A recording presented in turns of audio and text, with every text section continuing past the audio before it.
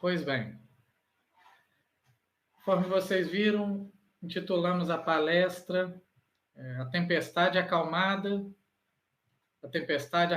por Jesus.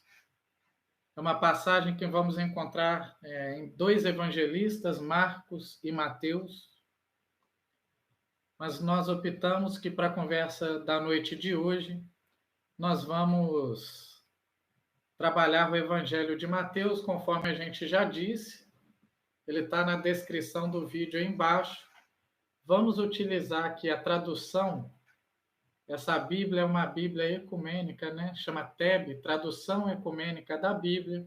Gostamos bastante dela, porque ela traz a forma de tradução partilhando os estudos para traduzir entre diversas agremiações religiosas cristãs, desde os protestantes, teólogos, católicos, enfim. E ela traz muitas notas explicativas, vamos partir dela. O objetivo da noite de hoje é, a partir dessa leitura do Novo Testamento, do texto bíblico, cruzar as informações que as obras fundamentais do Espiritismo nos traz para procurar entender melhor o que o Cristo quis nos ensinar com essa passagem da tempestade acalmada.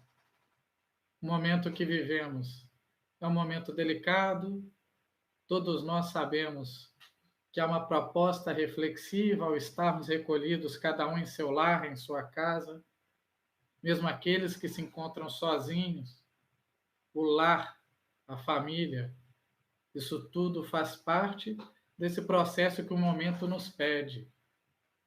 A gente vai procurar intercalar esse estudo do Novo Testamento com a nossa atualidade. Vamos fazer a leitura. Quem quiser acompanhar aí pela descrição, fique à vontade. Mateus vai intitular Tempestade Acalmada, capítulo 8, versículo 23 a 27. Ele subiu ao barco e seus discípulos o seguiram. Eis que houve no mar uma grande tempestade, a ponto de o barco ser coberto pelas ondas. Ele, contudo, dormia. Eles se aproximaram e o despertaram, dizendo: Senhor, socorro, estamos perecendo. Ele lhes disse: Por que estáis amedrontados, homens de pouca fé? Então, pondo-se de pé, ele ameaçou os ventos e o mar, e fez-se uma grande bonança. Os homens maravilharam-se e diziam: De que qualidade é este para que até os ventos e o mar lhe obedeçam? Então, essa é a passagem que nós vamos conversar hoje. Esse é um estudo que é fruto de um grupo de estudos que temos na casa de Dom Pedro II. Ele não é um estudo só, solitário. Ele foi partilhado por diversos corações que vem estudando toda sexta-feira, às 19h30. No momento não, né? Mas quando acabar a pandemia, toda sexta-feira, às 19h30, na casa de Dom Pedro II, o estudo do Novo Testamento. Vamos partilhar aquilo que conseguimos alcançar até aqui. A tradição judaica cristã vai colocar para a gente que para cada versículo, cada passagem do Novo Testamento, é possível ter mais de 70 interpretações. Nosso objetivo não é esgotá-las, apenas uma leitura possível, uma interpretação possível que até aqui nós a fizemos. Vamos procurar, no decorrer do estudo, ir de versículo em versículo, de símbolo a símbolo, captar o espírito da letra. Tem um livro aqui que a gente gostaria de apresentar para vocês, chamado Luz Imperecível. Ele é da União Espírita Mineira. É um livro extraordinário que auxilia bastante na metodologia. Como que a gente estuda um texto bíblico? Porque muitas vezes eu lendo sozinho, fico a perguntar o que quis dizer. Por exemplo, Jesus dormir. Para a gente captar o espírito da letra, é importante a gente conversar com o texto. Então, no Luz Imperecível diz quais são os personagens envolvidos, qual a localidade, qual o sentido daquele símbolo na época de Jesus. É o que a gente vai procurar fazer, então, ir conversando, versículo por versículo, para estar extraindo esse espírito da letra. Para começar, então, nós vamos para o versículo 23, em que o evangelista Mateus coloca-nos da seguinte forma: ele, toda vez nessa passagem que nós lermos, ele está se referindo ao Cristo, a Jesus. Então tá assim: ele subiu ao barco e seus discípulos o seguiram. A primeira conversa que vamos ter é qual região, que lugar. O Cristo faz um convite aos apóstolos, aos seus discípulos, aqueles que o seguiram, para subir em um barco e passar de uma margem a outra daquela localidade. Alguns estudos nos apontam e nos colocam como possibilidade. O barco aqui vai representar para nós, para a nossa conversa, o corpo físico, a reencarnação. O mar representa a vida. O Cristo convida os seus discípulos para ir de uma margem a outra, do nascimento ao retorno à pátria espiritual. Só que com uma diferença significativa. Jesus subiu no barco conosco. Essa é uma informação primordial para nós, nessa passagem. Como espíritas e reencarnacionistas que somos, vamos alertar que talvez essa vida, essa nossa atual vida, seja uma das primeiras em que viemos para o corpo de carne de forma consciente. Essa é uma passagem que o Cristo está falando com os cristãos especificamente, com aqueles que o seguem. E talvez seja a primeira vez que nós participamos da organização dessa atual existência, antes de vir. Junto com os mentores, conforme no Missionários da Luz, André Luiz vai nos relatar a famosa reencarnação de Segismundo, ele lá na pátria espiritual, vendo o processo de organização dessa nova existência. A primeira existência em que vamos ter o Cristo efetivamente como um estandarte, aquele que está no leme à frente. Não é qualquer travessia. Não é qualquer coisa, não é qualquer reencarnação. É uma travessia diferente.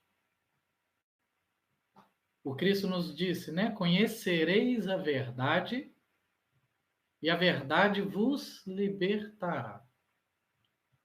Nessa proposta de reencarnação consciente, o objetivo da travessia de uma margem à outra é conhecer como é reencarnar com os princípios cristãos.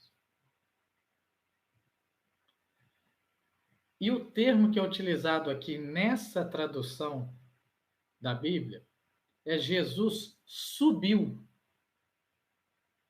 Subir, o ato de elevar. Quando nós vamos para a prova da vida, com Cristo, ele eleva a nossa capacidade de enxergar a realidade em torno dos acontecimentos horizontais da vida. Mas também eleva os desafios que vamos enfrentar entre uma margem e outra. Eleva-se o grau de responsabilidade que vamos ter de acordo com as propostas que antes de vir combinamos. Pois bem, meus amigos, entramos neste mar da vida, guiados pelo Cristo com uma proposta muito clara. Estamos na travessia. Uns no início da jornada, outros no meio do caminho, alguns já próximo da outra margem. Esse é o cenário que nós não podemos adivinhar. Só cada coração que aí pulsa é que vai saber os desafios que já enfrentou na travessia dessa atual reencarnação e aqueles que ainda há por vir. E, sobretudo, o momento coletivo que estamos vivendo. Mais uma vez, vamos reiterar. A Casa de Dom Pedro II, em comunhão com a doutrina espírita que tem seu tríplice aspecto: ciência, filosofia e religião. Precisamos escutar o que já há mais avançado na ciência hoje. Por isso, nos recolhemos às atividades da casa, ao modo online, para não colocar ninguém em risco. Junto à filosofia espírita, refletir, problematizar o que isso quis dizer conosco, mas jamais se esquecer da religião. Termos a fé de quem que está no leme é o Mestre Jesus. Sigamos. Ele subiu ao barco e seus discípulos o seguiram.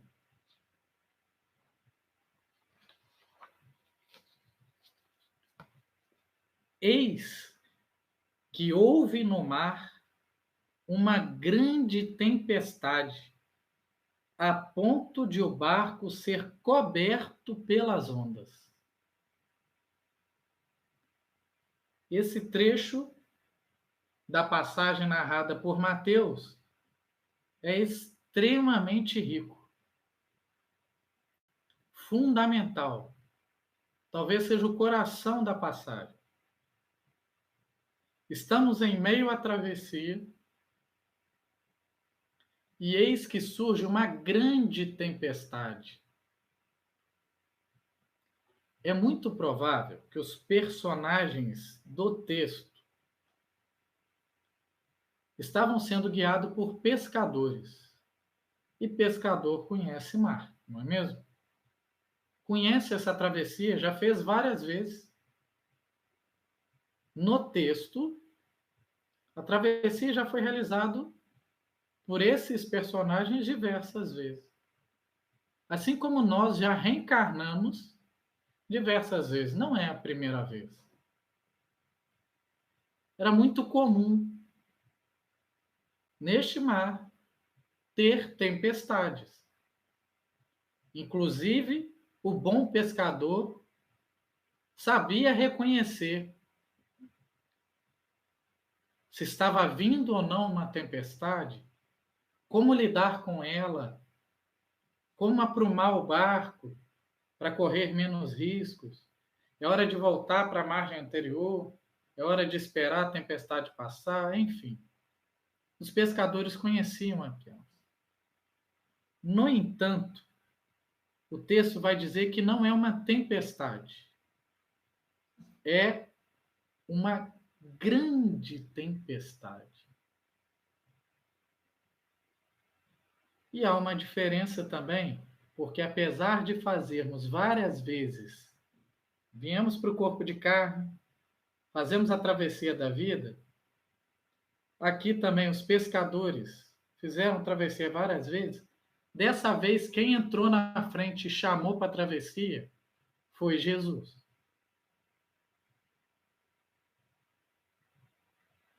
Andar com Cristo representa necessariamente trilhar caminhos novos, desconhecidos até então. O cristão carrega em si diversos dilemas que antes dessa travessia com Jesus passava-se batido, desapercebido. É a primeira vez que, de forma consciente, estamos seguindo Jesus. E aí advém uma grande tempestade. Para nos ajudar a interpretar essa tempestade, nós vamos recorrer ao Livro dos Espíritos. A maioria de nós já conhece, mas para quem não conhece, o Livro dos Espíritos é dividido em 4 partes. Nós vamos começar a leitura da pergunta da segunda parte, em que o Kardec vai questionando a falange da verdade sobre o momento em que estamos lá no plano espiritual, em que é chamado de erraticidade. A pergunta é a 264. Lembra que nós estamos falando de reencarnação consciente? A partir do texto? Antes de reencarnar, escolhemos determinadas provas. Olha, como é que é isso? O que a doutrina nos fala sobre? Kardec pergunta assim para a falange da verdade: o que guia o espírito na escolha das provas que queira sofrer? O símbolo da tempestade aqui é uma prova. É importante a gente ter isso claro, né? O que guia o espírito antes de encarnar, junto com seus mentores, escolher determinada prova ou outra? Quais princípios norteiam essa escolha? A falange da verdade responde assim: ele escolhe as que lhe possam servir de expiação. Prova e expiação. Prova são os desafios da vida. Expiar representa pagarmos junto às leis de Deus as fragilidades que deixamos para trás. Resgatar algumas questões que acabamos ferindo, não passando, de ano em determinadas provas. Então, o que guia o espírito na escolha das provas? Ele escolhe provas que lhe possam servir de expiação, ou seja, resgate, segundo a natureza de suas faltas. Isso quando estávamos lá, na pátria espiritual. Mas para que isso? E o faça progredir mais depressa. Isso é importantíssimo. Porque quando estamos aqui no corpo de carne, a nossa forma de ver a vida, de enxergar as questões da vida, ela difere, é um pouco mais limitada. Mas lá, quando escolhemos os desafios, vemos de cima. Jesus nos subiu no barco, está sempre vendo de cima. Nós, horizontalmente. Eu escolho a prova, a tempestade, com o objetivo de expiar, para progredir mais depressa. Por isso, em Espiritismo dizemos, Deus não pune, ele educa. Educa. Então quer dizer que a gente não sofre? Sofremos muito. Mas é um remédio de tratamento e não de punição. Pois bem, a tempestade representa prova, expiação. Só que aqui está falando de uma grande tempestade. Nós vamos continuar então pedindo ajuda para o Livro dos Espíritos. E aí nós vamos para o 4º livro, que é sobre esperanças e consolações. A pergunta 895 está falando sobre perfeição moral, né? Kardec pergunta o seguinte, só para eu não perder. O Kardec pergunta o seguinte: à exceção dos defeitos e vícios acerca dos quais ninguém se pode equivocar, qual o sinal mais característico da imperfeição do homem?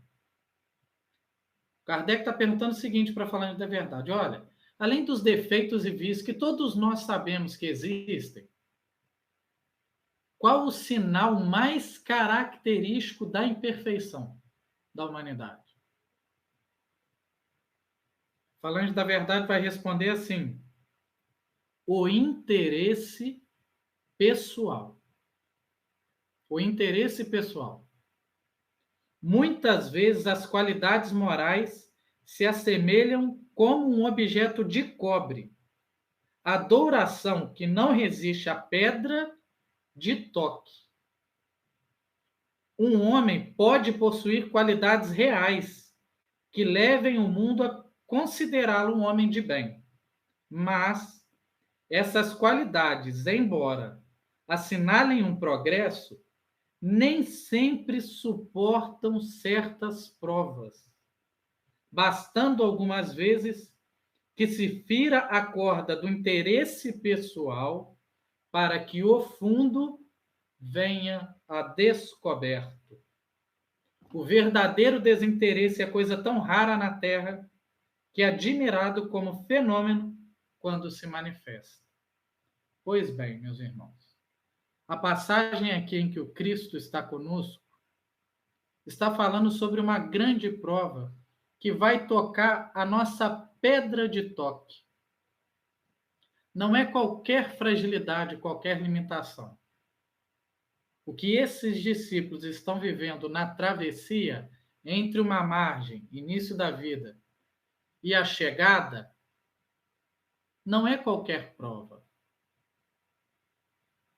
O que estamos vivendo hoje, no Brasil e no mundo, é uma prova coletiva, sem sombra de dúvida. Mas e individualmente? O que ela me reporta? Qual interesse pessoal meu está sendo ferido? De todos aí que nos escutam na noite de hoje, quem não teve que adiar determinados planos, suspender determinados projetos? Narra-nos o texto bíblico que as ondas cobriram o barco.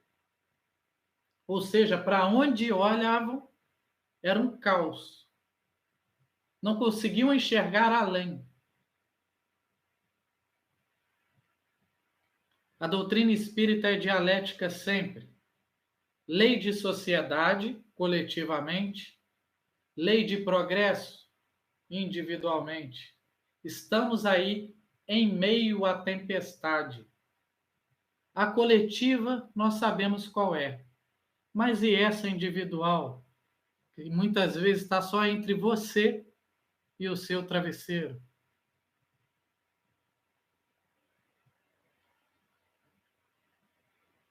Bendizemos esse remédio. Não é fácil.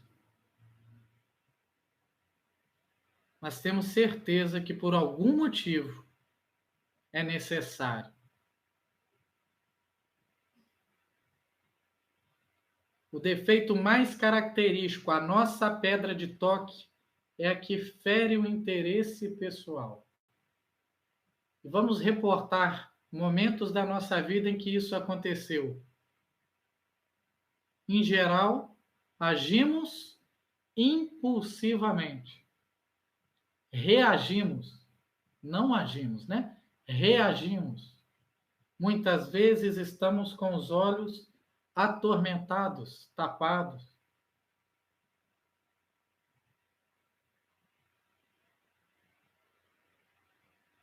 Como fazer nessa situação?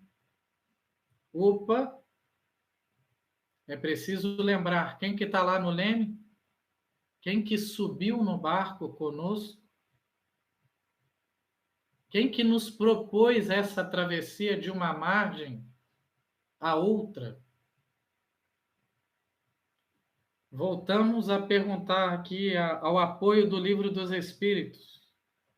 Voltamos lá para o livro segundo. A pergunta 266. Kardec questiona algo que todos nós talvez questionaríamos.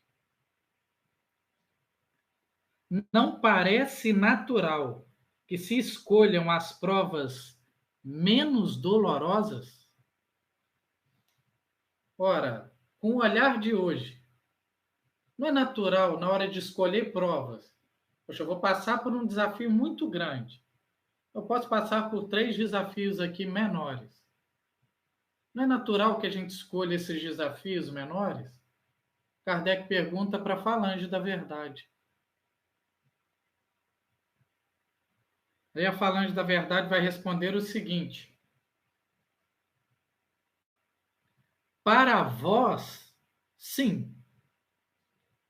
Se organizássemos a encarnação quando estivéssemos no corpo de carne, para vós é isso que eles estão dizendo. Para vocês que estão no corpo de carne, sim. Vamos escolher provas menos dolorosas. Para o espírito, quando estávamos na erraticidade, não.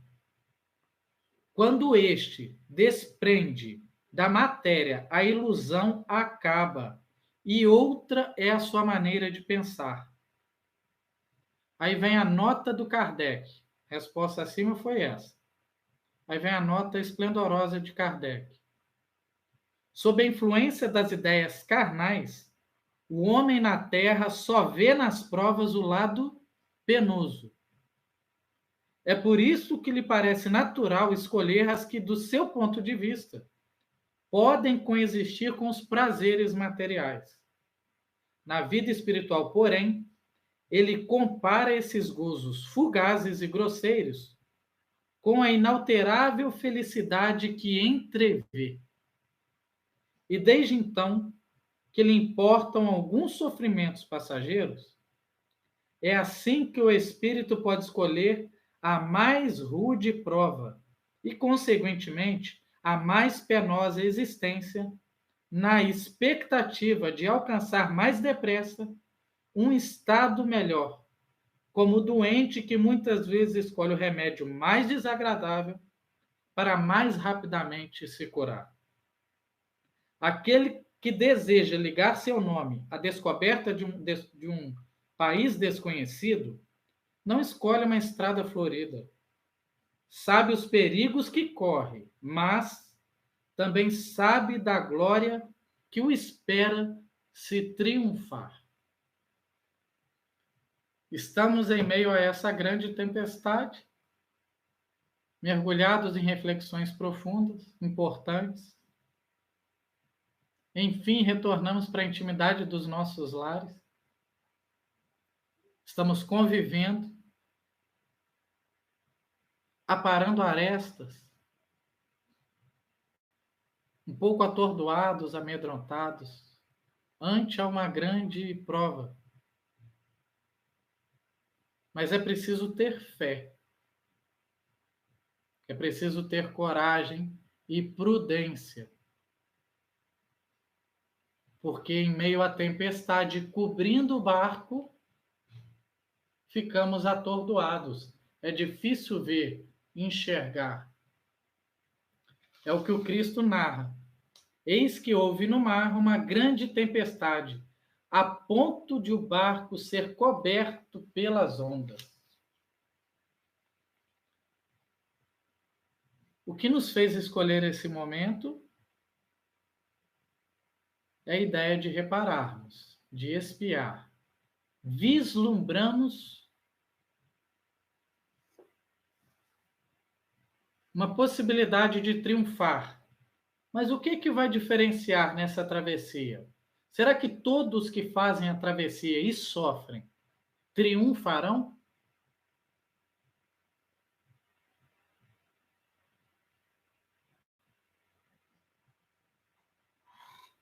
Revista Espírita, estou apresentando os livros porque gosto, quem me conhece já sabe. A gente tem que ir na fonte direto. As obras fundamentais são extraordinárias. dezembro de 1864, a Revista Espírita de dezembro de 1864. Vai falar o seguinte: nada há de irracional no princípio da livre escolha das provas da vida. Para aproveitá-las, a condição é não recuar. Para aproveitá-las, a condição é não recuar. Ora, não suportá-las com coragem e resignação é recuar.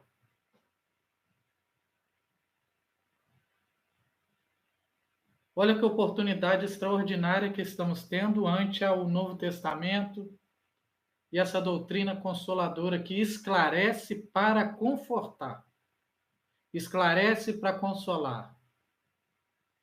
Se só consolar não serve, se só esclarecer também não.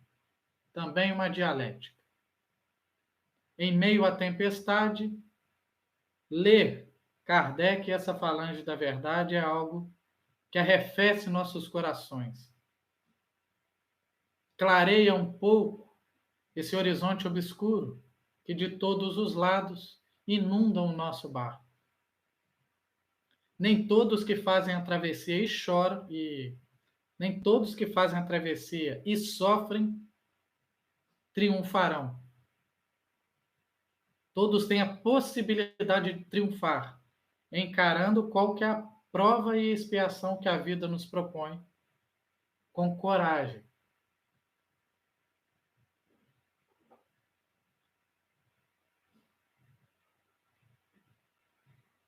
Seguimos aqui a próxima frase, que é impressionante, marcante, né? Eu vou voltar na anterior rapidinho e a gente segue, né? Eis que houve no mar uma grande tempestade, a ponto de o barco ser coberto pelas ondas. Ele, contudo, dormia. Como assim? Estamos em meio à tempestade.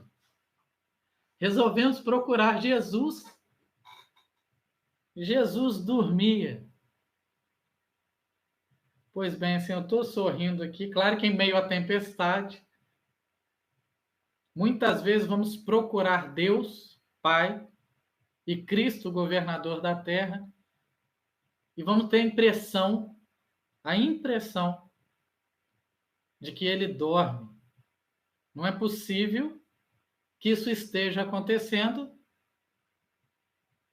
com Jesus no leme. Jesus dormia. Ele nos convidou para o barco, para a travessia, e a informação aqui é que o Cristo dormia. Livro A Gênesis, o último dos livros das obras fundamentais, lá no capítulo 15, item 45, capítulo 15, o Kardec, junto à falange da verdade, vai falar sobre os milagres do Evangelho. O último parágrafo aqui, o Kardec diz o seguinte: é preciso extrair o espírito da letra. Nós, enquanto espíritas, vamos acreditar que Jesus dorme no momento da tempestade? Vamos pegar literalmente isso? Ou vamos procurar extrair o espírito da letra? Sempre que eu leio algo que contradiz o que seria uma postura de um espírito puro por excelência, é porque eu preciso decodificar o símbolo. Kardec diz assim: em todo caso, Jesus dormindo tranquilamente durante a tempestade atesta uma segurança que pode se explicar pelo fato de que seu espírito via que não havia nenhum perigo real e que a borrasca iria se apaziguar. É o termo que o Kardec usa. No grupo de estudos, as diversas leituras que fizemos do Novo Testamento, também destacamos o seguinte: esse Jesus dormindo no barco, né? Estava no barco. Não estava agindo até então. Representa que existem fatos da vida que nós temos que resolver. Existe aquilo que é de resolução da providência divina através do Cristo, e existem fatos na nossa vida que precisa da nossa resolução. Comunhão com o Pai. Faça a tua parte, que o céu te ajudará. Não era tarefa do Cristo ali. A prova é nossa. A prova é nossa.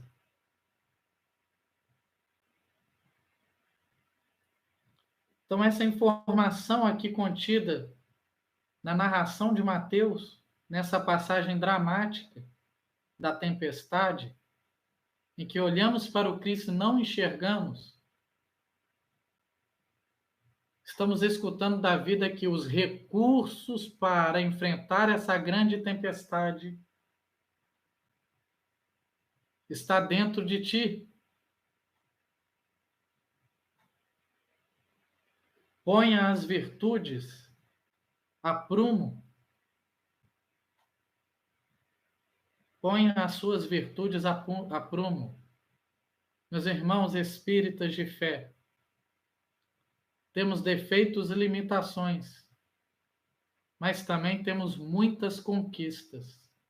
Não se esqueçam disso. As vitórias íntimas que o mundo não enxerga, você pode ter certeza que o Cristo enxerga. São as virtudes que devem ser acionadas nesses momentos de caos. Se enaltecemos só a nossa fragilidade e a fragilidade de todos que estão no barco, pensando aí no barco, em nosso lar, amigos, comunidade, governantes,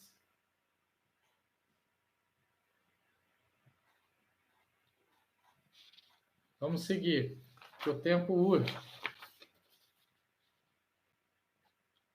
Bom, até aqui estava narrando apenas a narração de Mateus e as repercussões junto aos apóstolos. Enfim, o Cristo fala. Desculpa aqui. Desculpa antes, né? Eles se aproximaram e o despertaram, dizendo: Senhor, socorro, estamos perecendo. Então viram o Cristo dormindo, foram lá correndo chamar ele e dizer: Senhor, socorro, estamos perecendo. Eles tiveram a ação de ir até Jesus. Não é uma ação qualquer. Quantas e quantas vezes em meio à tempestade, quantas e quantas vezes em meio à tempestade lembramos de ir até ele? Porque aparentemente estão aterrorizados aqui, conforme nos narra. Foram até Jesus, o despertaram e pediram socorro. Jesus, nós vamos morrer, estamos perecendo. Você está dormindo? Cadê você? Aí, enfim, Jesus fala: por que estáis amedrontados? Essa parte do Novo Testamento, no capítulo 8 de Mateus, o capítulo 8 começa a ação de Jesus na vida. Antes tem várias narrações de Jesus, os ensinos. A partir do capítulo 8, Jesus começa a agir. E a primeira fala do Cristo com aqueles que o despertaram é: porque estão amedrontados. Não falou isso, né? Basicamente, ele está falando assim: nós não combinamos na erraticidade, não escolhemos as provas. Essa prova não tem por objetivo mexer com a sua pedra de toque. Por que medo? Aí a gente vai reportar a Monja Cohen, que ela vai falar conosco sobre o medo, a naturalidade do medo, de sentir medo, a importância do medo em nos manter alertas, de olhos abertos, estudando cada canto, cada circunstância. Um medo que nos mantém vigilantes. Mas existe um outro medo, que é aquele medo que paralisa. Aquele medo que paralisa. E que não conseguimos dar um passo nem para frente, nem para trás. Parece que o Cristo está nos perguntando isso. Por que estáis amedrontados?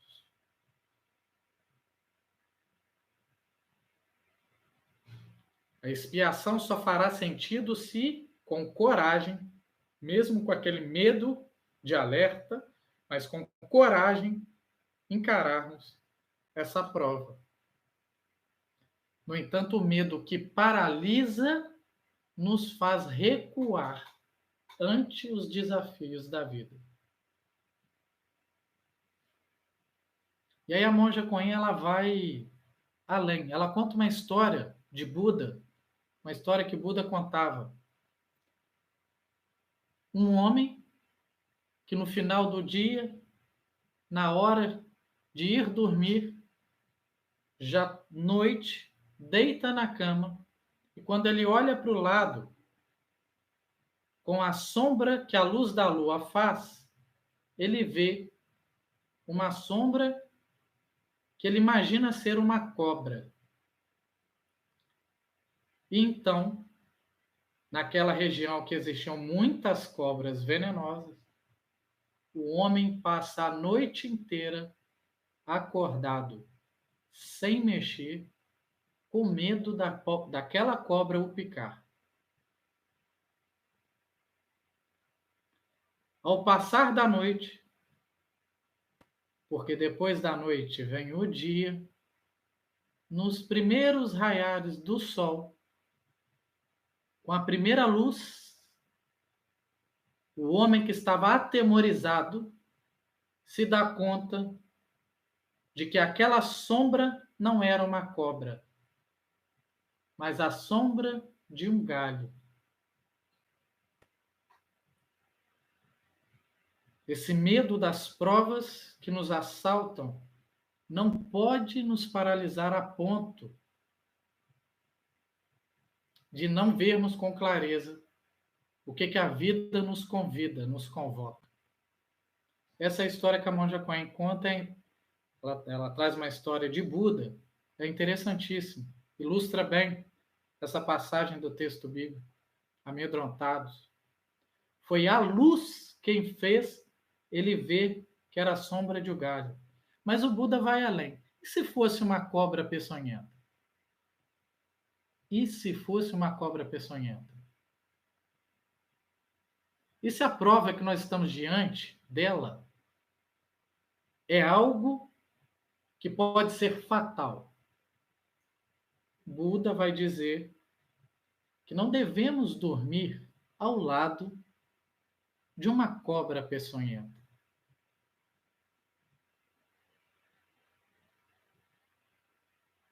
Ou seja, mesmo amedrontados, eu sei o que fazer com essa cobra? Não. Mas eu vou dormir com ela? Buda diz, não vai ser bom nem para ela nem para você. Então procura quem pode afastar essa cobra. Não durma com aquilo que te atormenta a ponto de paralisar. Ir em direção à luz é limpar essa tormenta e encontrar as ferramentas necessárias para se livrar da cobra, ou descobrir que não é uma prova tão delicada assim. Conhecereis a verdade, e a verdade vos libertará. Pelo menos os discípulos da narrativa evangélica vão até Jesus. Cristo fala isso em vários momentos. Homens de pouca fé. Aí vamos para o Evangelho segundo o Espiritismo, a fé que transporta montanhas. O Espiritismo tem uma proposição da fé extremamente significativa. Lá no capítulo 19 do Evangelho segundo o Espiritismo, intitulado A Fé que Transporta Montanha, no item chamado A Fé Religiosa, condição da fé inabalável. O item 7 disse vulgarmente que a fé não se prescreve, ou seja, ninguém prescreve fé para o outro. O que tem levado muita gente a alegar que não lhe cabe a culpa de não ter fé. Sem dúvida, a fé não se prescreve. Nem o que ainda é mais certo, a fé não se impõe. Isso é o Evangelho segundo o Espiritismo. A resistência dos incrédulos.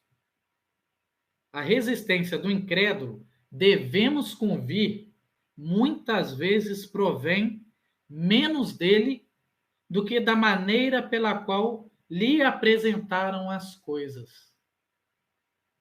A fé necessita de uma base, e essa base é a perfeita compreensão daquilo em que se deve crer. Para crer não basta ver, é preciso, sobretudo, compreender. A fé cega já não é deste século. Ora, é justamente o dogma da fé cega que produz hoje o maior número de incrédulos. Porque ela pretende impor-se exigindo a abdicação de uma das mais preciosas prerrogativas do homem, o raciocínio e o livre-arbítrio. É principalmente contra essa fé que se levanta o incrédulo, e dela é que se pode dizer com verdade que não se prescreve. Não admitindo provas, ela deixa no espírito alguma coisa de vago, que dá origem à dúvida. Vou parar rapidamente. Quando estamos com medo, vacilantes na fé, a dúvida que pode proporcionar a nós paralisarmos. A fé tem que ser aquela que encara a razão. Vou seguir. A fé raciocinada, a que se apoia nos fatos e na lógica, não deixa nenhuma obscuridade. A criatura acredita porque tem certeza, e tem certeza porque compreendeu. Eis porque não se dobra. Fé inabalável é somente a que pode encarar a razão face a face em todas as épocas da humanidade.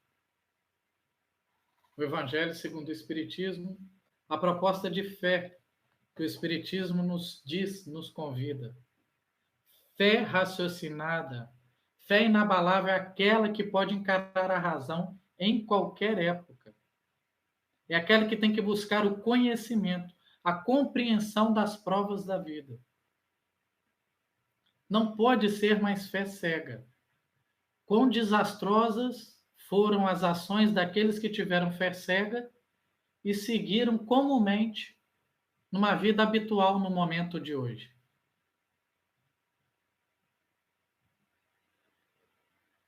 Por mais amarga que seja a prova, é preciso encará-la e compreendê-la. Só assim encontraremos solução. Se recuarmos, ficamos só com amargor. O triunfo precisa do nosso agir. E esses discípulos foram até Jesus. Eles foram até Jesus. Foram em direção à luz. foram em direção à compreensão.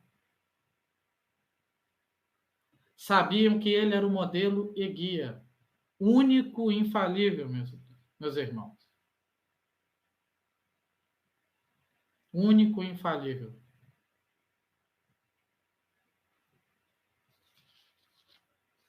Então, pondo-se de pé, ó Jesus resolvendo o problema. Olha o que o texto diz. Então, pondo-se de pé, ou seja, a prova é dura, está imerso em águas o barco da vida, levanta para ver a solução de cima, porque horizontalmente não vai dar para ver. Então, pondo-se de pé, ele ameaçou, Jesus não vai ameaçar, mas ele ameaçou os ventos e o mar, e fez-se uma grande bonança.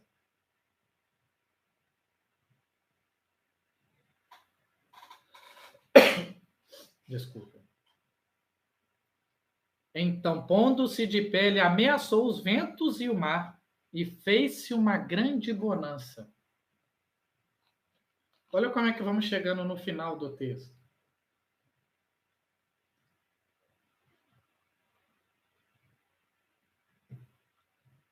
Voltamos ao livro dos Espíritos.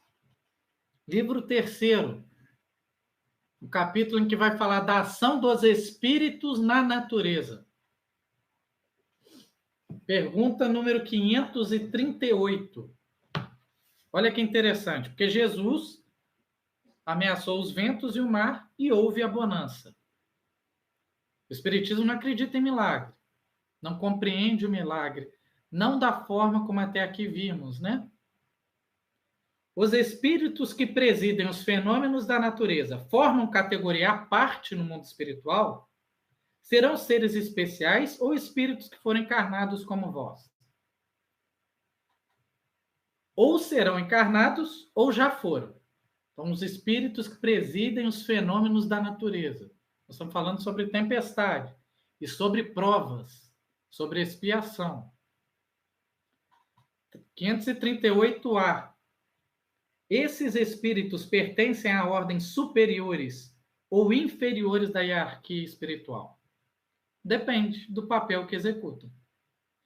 Mais ou menos material, mais ou menos inteligente, uns comandam, outros executam. Os que executam coisas materiais são sempre de ordem inferior, tanto entre os espíritos quanto entre os homens. 539. Na produção de certos fenômenos, das tempestades, por exemplo, parece que o Kardec está falando com o texto bíblico, né? Ele pergunta, na produção de certos fenômenos de tempestades, por exemplo, é apenas um espírito que age ou eles reúnem uma massa para produzi-lo? Reúnem-se em massas inumeráveis. Reúnem-se em massas inumeráveis. Vamos para 540. Os espíritos que exercem ação nos fenômenos da natureza agem com conhecimento de causa, em virtude do livre-arbítrio ou por impulso? Uns sim, outros não. Façamos uma comparação. Figurai essas miríades de animais. Miríades aqui é quantidade, tá? Grandeza, grande número de animais. Essas miríades de animais que pouco a pouco fazem emergir do mar ilhas e arquipélagos. Acreditais que não haja aí um fim providencial? E que essa transformação da superfície do globo não seja necessária à harmonia geral? Entretanto, são animais do último grau que realizam essas coisas, provendo as suas necessidades e sem suspeitarem de que são instrumentos de Deus. Pois bem, do mesmo modo, os espíritos mais atrasados são úteis ao conjunto. Enquanto se ensaiam para a vida, antes que tenham plena consciência de seus atos, de seu livre-arbítrio, atuam em certos fenômenos dos quais são agentes, mesmo de forma inconsciente. É assim que tudo serve e tudo se encadeia na natureza, desde o átomo primitivo até o arcanjo, que também começou pelo átomo. Admirável lei de harmonia, da qual o vosso espírito limitado ainda não pode abranger o conjunto. Jesus age nos espíritos que ali influenciavam a tempestade, ordenando cessar. A prova tinha cumprido o seu termo. Os discípulos foram até a luz e encontraram ali como agir ante a tempestade. Após o Cristo fazer isso, eles ficam maravilhados e se perguntam de que espécie é esse homem. Espíritas do século XXI, que partilharam conosco esses breves minutos. O Cristo está no leme. Sigamos firme na fé, que essas provas da vida é para nos levar a virarmos arcanjos.